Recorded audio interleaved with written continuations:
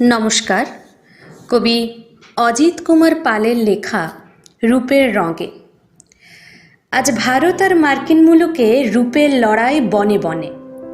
আমেরিকার ডোর কাউন্টি বা মিলওয়াকি যখন পর্ণমোচী গাছের পাতায় রং ছড়ায়, আমার বাংলায় পুরুলিয়ার রুক্ষ মনে তখন শিমুল পলাশের ডালে ডালে আগুন নেশা রূপ ঢেলে যায় মানভূমের পাথুরে বুকে। উইসকনসিন থেকে অযোধ্যার পাহাড় ঘেরা অরণ্যে ছুটছে মানুষ সেই স্নিগ্ধ শ্বেত সায়রের আকর্ষণে, কিংবা দলমা ঘেরা অযোধ্যার রূপের সন্ধানে।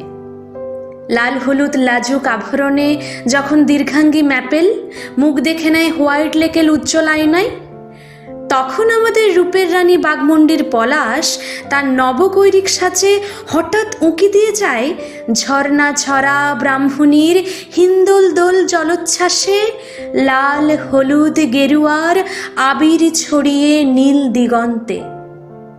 নীলনয়না বা বিড়ালাক্ষী চোখের ক্যানভাসে দূরে, আর এখানে কাজল নয়না হরিণ চোখের আখিপাতে প্রভাসিত আজ একই প্রকৃতির যজ্ঞাগ্নির শিখা।